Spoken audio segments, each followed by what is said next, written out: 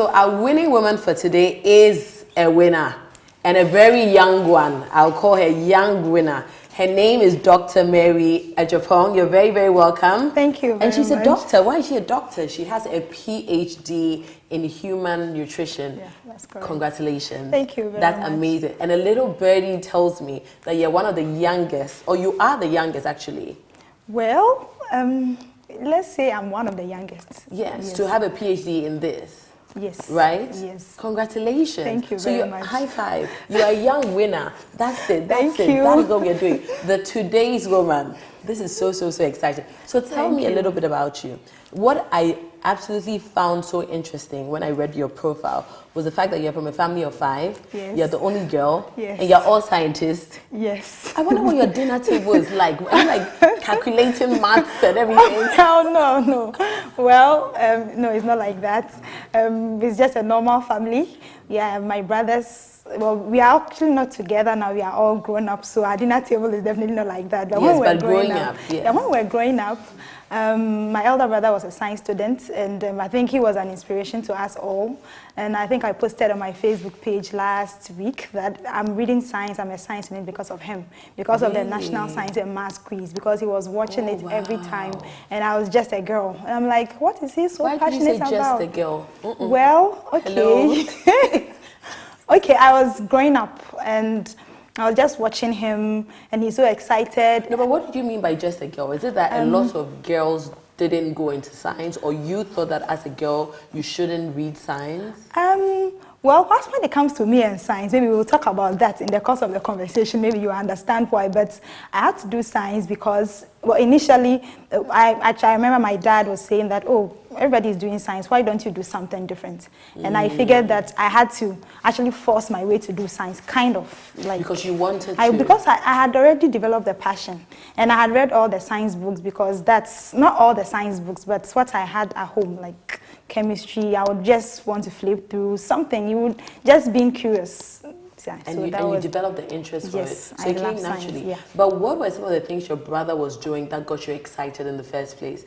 Because, and I'm asking this because, you know, science students are known to be so boring. Maybe with some very, very thick glasses, and they come and their heads are in the book all the time. And, you know, they're just generally known to be so. But what was he doing that was catching your interest? Oh, okay. So for me, it was this National Science and Maths quiz competition, and at that time, he's just watching it, and he's so passionate about it. So I am a curious girl. I was in class 3 by that time, and I'm like, why is he so interested? So every Saturday at 11 a.m., he's watching the science and maths quiz, and I'm just watching him. I'm like, what is so passionate about this? I don't think I think I want to find out what is making him so passionate about this. So my curiosity drove me to do science. That's really interesting. Yeah. So what did you start with? What's your bachelor's degree in? So my bachelor's was in biochemistry.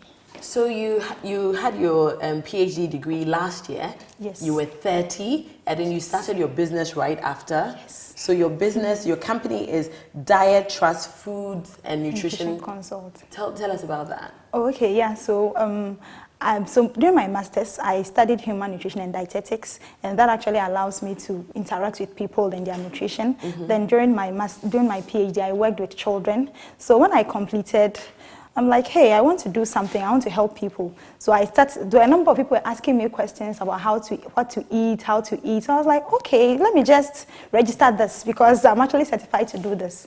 So I went to the Registrar General Department and I registered my company and I started. So what you do is actually consult. Yes, I consult with people on their nutrition. Yes, exactly. Is it mainly about weight loss? Because anytime you say nutritionist, the first thing is, oh, I don't need to lose weight, or I do need to lose weight, so I need her. A lot of people, like, you know, they relate nutrition to weight loss. Okay. But you advise us, you tell us, it's not just about weight loss, right? Not at all. So tell us about it, yes. So when it comes to nutrition, there are a number of things that pertains to nutrition. We have child nutrition. What your child eats affects their growth, their cognitive function. So that is also a whole area on its own. Then we have lifestyle nutrition. That's preventing chronic disease, and that has the weight loss bit. Right. Okay. Then there is therapeutic nutrition. That is people who have diabetes, hypertension. They need diets to control that, or they need diets to manage that. Then there is nutrition screening, corporate nutrition packages. There are a whole lot of things. But it looks like looks like, even when I started, I was telling some people last week, it looks like the niche has been created because about 80% of people contact you because they want to lose weight. Because they want to lose weight. So, you're Ghanaian? Yes, I am. Okay, and you know our culture of eating. Now, from your education, you've done a lot of research, I'm sure. What do you think we're doing wrong? Because we eat a lot of carbs. We love our fufu, our kenke, and you dare not say that one of it causes some disease, because a lot it'll be trending, and people start saying, oh, but really, what have you found? What are we doing wrong, if at all? Okay, so I would like to answer it this way. So a number of people think they know what they are supposed to eat, but sometimes some people get it all wrong. Okay. One, people are skipping meals. If you skip breakfast, you tend to overeat during the lunch time. If you skip lunch, you tend to eat more during dinner, and that can contribute to excess weight gain. So people are eating at the wrong times. That's the first problem. Then people are also not eating the right things. Okay, because if you look at, we have complex carbohydrates. You talked about carbohydrates. We have complex carbohydrates and we have simple carbohydrates. Most people are people are not eating adequate amounts, nutritionally adequate meals. So people are just, because so far as it tastes good and so far as it fills you up, come on, we are going for that. But I believe that we have to take decisions on our meals based on nutrition, not just. So you talked about, you said simple, you said complex, because you know it. Let's just assume that somebody watching has never even heard that there's anything like complex. I mentioned meals. I said kenke. I said fufu. Okay. You know, mention the name. Tell us, for those who maybe even they don't even know what carbohydrates are. Okay. Let's talk to women out there. Men are watching as well. Everybody watching, right? What are we eating that is wrong? Like you talked about breakfast. You said skipping breakfast. Some people wake up at 7 a.m. They're eating gari soakins. Okay. Or they're eating kenke or wachi. Okay. Do you understand? Okay. Now, is that a right breakfast? They haven't skipped it, but is it okay? Okay, so one thing is, so let me talk about nutritionally adequate meals. Okay. So we will say balanced diet. So we can all understand. Okay, so what we used to call balanced diets, like so nutritionally adequate meals. So if you are considering any meal, make sure that you have enough carbohydrates on your plate. Complex, simple carbohydrate, but make sure that you are doing more of complex carbohydrate, like food with fiber, wheat, oats. You are taking whole grains. Then, then simple carbohydrates, that's the simple sugars. You want to make sure that you are not taking a lot of refined products from the carbohydrates. Then you also want to make sure that you have enough proteins. Enough proteins, I mean lean proteins, lean meat. Not cow food. So you want to take lean meat. You also want to make sure that it's low in fat, or it doesn't have a lot of cholesterol. Then you want to also make sure that you have vitamins and minerals, fruits, vegetables. Then you also have enough healthy fats. Now talking about low in fat, when you said protein, I hope my grandmother isn't watching. Ma, if you're watching, forgive me. But I remember growing up, and there was one time, my grandma is a fantastic cook. Okay. And she would always be cooking, and sometimes she would send my cousins and I, if we were around, and one time she sent us to go and buy meat. Because she was going to make some soup. So we went there, and then the butcher gave us the meat, but there was no fat on it. Okay. And we brought it. My goodness, what she did to us. Fancy woman. What am I doing with this? Where will the oil come from? There has to be oil on top of this soup. And she was like, come go back. Not want to do. Let them give you fat. Okay. She was actually asking for fat as in tuswo. Okay. She wanted fat as like, like a top up, an addition. Okay. But now, my grandmother now is 89. Okay. Now she talks about what's a cholesterol abba. So now she doesn't even want to know about it. So it's really, really good that, they're being educated. Yes. So maybe those who didn't have the opportunity to go to school, to the level that you've been to, they are being educated. Now, what are you doing to take this knowledge to, let's say, the ground, let me say? Okay, so I do a lot of nutrition education. Okay. So I have a Facebook platform, and that's a social media platform for my company. So almost every day, well, today I've not made a post yet, but almost every day I schedule posts to educate people. This week I'm talking about facts about your nutrition. So when you go to my page, you can learn a lot of things on that. Then sometimes I do Facebook Live, and when I'm invited for programs, I take the opportunity to educate people. Okay. There's this myth about carbohydrates actually making us put on weight. Okay, and everybody is sort of like on a high protein diet, trying to cut out the carbs, cut out all of that. Now, what advice would you give women who probably don't know this, right? When it comes to carbohydrates and proteins, and in our culture as well, we didn't really grow up on a lot of vegetables like salads. I should say. A salad is not a main meal. It's like the side. And a Ghana salad, you know what's in a Ghana salad. So it's not even, at the end of the day, it's not even a healthy salad with everything we put in. So what would you say, you know, what should be on a plate? Really, to live for life, to eat for life. Okay, so this is what we have to be on our plate. So there should be portions of carbohydrate. You shouldn't, because you need carbohydrate, you need the energy.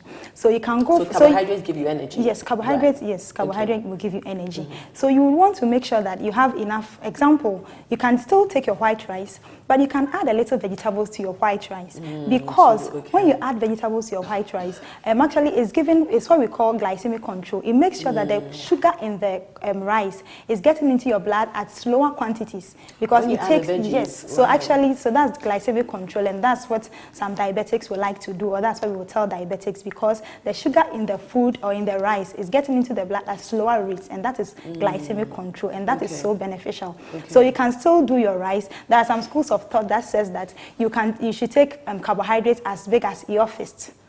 Okay. But everybody says so no, as your fist. So like considering your body weight and everything as your fist. Okay. So yeah, you can take that. And also on your plate, your carbohydrates can be like a quarter. Your whole grains can be like a quarter of what's on your plate.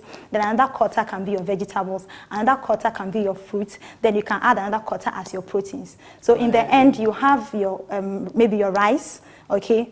Filling quarter of your plate, maybe 1, 2, or 3 stew ladles. Then you have some vegetables on the same amount, 2, 3 stew ladles. Then you can also do fruits. But one thing is that there are people who are taking a lot of fruits. The truth is that when you take fruits, you can gain weight on fruits. Yeah, because there was lots of sugar. Yes, I had a client, she had diabetes.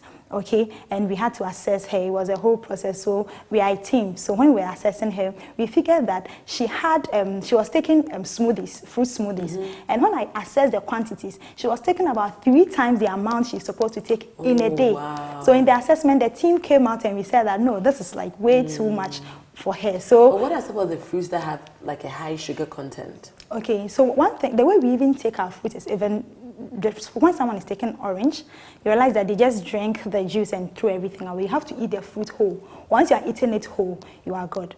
Once you are eating it whole, then people will also like to make fruit juices, and they are making fruit juice and they will strain the fiber out of it. You need the fiber. You need the fiber. So smoothies are better than juices. Juices. In that sense, like sort of blends everything. Yes. Okay. Yes. Okay. So for type of fruit. Well, I have to confess. I mean, the number of times I've eaten like 3 whole pineapples. That's a lot. It's a lot. Yes. Like that's a lot. That's a lot. And so it's good that you're telling us this, because somebody will say, "Oh, I eat just fruits." And fruits can make you gain weight, and I tell my clients all the time. I actually had a client last week. She wanted to lose weight, and she takes like a whole pineapple as a mid-morning snack. And for me, upon assessment, I felt she needs like a quarter of that at that time of the day, considering what she was taking for breakfast. So for fruit, you have to check the quantities. It's very important. You know, we are not used to this as a culture. What has been like the results like with your clients? Okay. And what would you say really, like when you're talking about weight loss now, helps with the weight loss? Is it like the discipline? What is it? You tell us. Okay, so one thing about weight loss, so you talked about you haven't tried a lot of diets. One thing about weight loss is that you have to choose what works for you. And also there is something I call the sustainability code. You have to choose something you can be on for the rest of your life. Right. So one thing is that people say that, oh, I'm going for a low carbohydrate diet. I'm sticking to maybe 5 grams of carbohydrates for the whole day, or maybe 50 grams of carbohydrates for the whole day. But you can't sustain it. So once you relapse, once you stop, then you can gain back. So go for something you can do for the rest of your life. So far, the results have been amazing. Oh, I wish I could show you pictures. Like I have pictures of, and you see, people want to lose the weight. People want to lose the weight all fast. I get people calling me, and she says because she's traveling for a conference, she wants to lose 10 kilos in 2 weeks. Actually, according to standards, you should lose between 0.5 kilos and 1 kilo per week. That is the standard. So if you are doing something that makes you lose more, remember you can't sustain it. And if you can't sustain it, you relapse and you even gain more. Oh wow, that's very, very good knowledge. Thank you very much for that. Yeah. So when I do this, that means I'm about to reveal a secret. Okay. So I hear there's this unique food product that your company is going to be launching very soon. First of all, congratulations. Thank you. You know, I think that you are so like, I love the way you're going deep into it and wanting to bring what is not available, which is fantastic. Maybe you might not want to tell us everything, but give us a little gist. What is it? Okay. I'm itching to know. So this product is actually it's online. There's nothing secret about it. Okay. But it's a product from my PhD research, and it's something that I actually want to take it out. It's at the product development stage where we are still developing the product. It's for children. We realized, so my PhD product, my PhD was about children. Malnourished children, and in the end, I published 5 papers. And I'm asking myself, what's the use of the 5 publications to the child in Savelugu? What's the use of the 5 papers to a child in Asesawa? I should come out with something that will solve the nutrition problem. So it's a product that is coming to solve, it's a product coming to solve a problem in nutrition in Ghana. I'm so glad. So God bless you. That's amazing. Thank you. Yes. Because you did your PhD in Michigan, right? Yes. Have you noticed that is there a difference in like children in Ghana and other countries when it comes to malnutrition? Yes. And why? So in Ghana, one of our problems is accessibility and availability of nutrients and food to people. So in the US, there are a number of programs for families. There is food stamps, there are food banks that help underprivileged people to get food for their families. But in Ghana, I believe we are still working at getting some things like that. And so you can just eat what you can afford. You can eat what you can afford, and even the number of times you can. Some families cannot afford 3 square meals. So the children are left to eat whatever their parents give them. And stunting is high. There are a number of children, about 20% of all Ghanaian children below 5 years are short for their age. That is the last statistic I checked, that's it. And it means that it could also potentially affect intelligence, because what you eat affects brain health. That's so true. Yes. I remember one of my aunties living in the UK, and I was so surprised that she's actually a Ghana, and her children were all born in the UK, but they could speak fluent Ghana. I cannot speak Ghana. And I was born in, I lived in Ghana until went to university, but I was living here. Now, my cousins were born and bred in the UK, proper Queen's English. You go to their house and they're eating like kenke, kokonte, all of that. And I remember asking her why.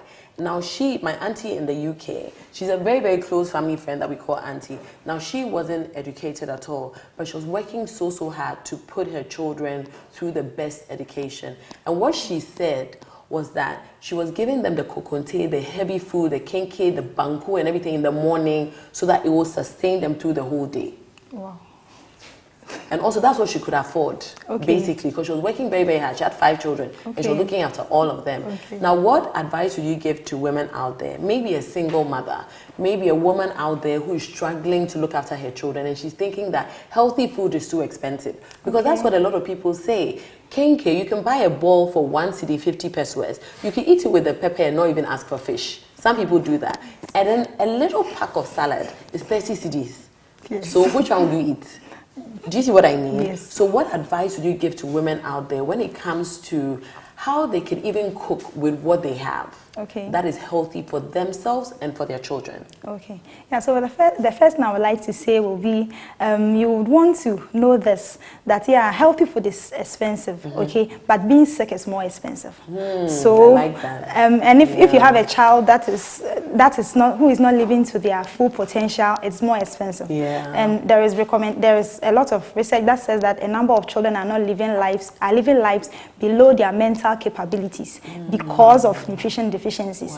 So this is the problem. Yes, healthy food may be expensive, but you realize that if your child is not if a child is not living to their full potential, it's more of a problem than that. Because they have to keep rewriting their exams. It's still the same thing. So they should just make sure that they make a good investment in the meals of their children. However, they will be able to. They should just try. And I think that sometimes maybe they want something that is very extravagant, but healthy meals actually may not be that expensive as we think. What's an example of like a healthy meal that isn't so expensive? For example? So maybe if you have 2 cedis in Ghana, you could get kenke 1 cedi and fish 1 cedi. And you can get some pepper on there. Maybe and you have whole grain for the kinky, right. and you have fish. So for a balanced meal or nutritional adequate meal, we are looking at the protectors. The protectors mean the vitamins and the minerals. Right. So this meal may lack vitamins and minerals, but when you finish, you could add an orange or something to it. So at least you have some vitamins and minerals from there. You can eat something. Then you have your banku, that's the carbohydrates. Then you have your fried fish that will have some oil in there, and it will have some proteins in there. Right. So at least in the end, it may not be that extravagant meal, but at least you know you have protectors. That's the orange you took. Then you have the carbohydrates and the fats as your energizers. Then you also have your bodybuilders. That's the protein. I think you'll be such a great teacher. You know that. Thank I'm you. sure you've been told this so many times. We'll be right back.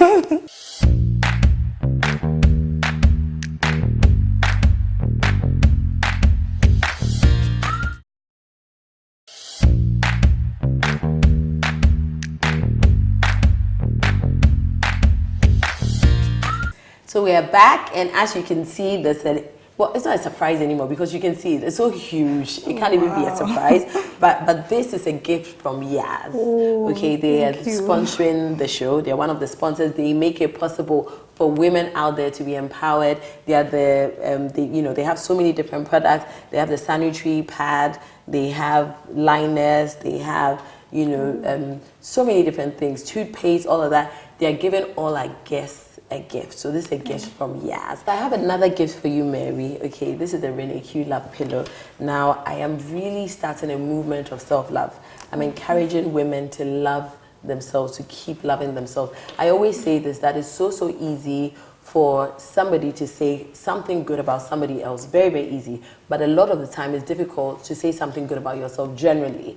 A lot of women have that issue about looking in the mirror and saying something good. So I am starting this to just encourage every woman to all the time think about something good about themselves. So I'm giving you this, okay? Wow. And I want you to always remember you when you see this, and tell yourself something you love about yourself, and tell us as well before I give it to you. So just tell us one thing you love about yourself. I go all out. I'm a passionate person. And I love it. Yeah. I can tell. I love Thank that. you very much. And I think that is it. Passion is her drive. Like we said in the beginning, she had her PhD at 30, one of the youngest, and she's got the passion and interest from 3. So you can do it as well. We all can. It just takes the determination, the passion, and the drive. Well done, Mary. Thank you. Well done. Thank you very much.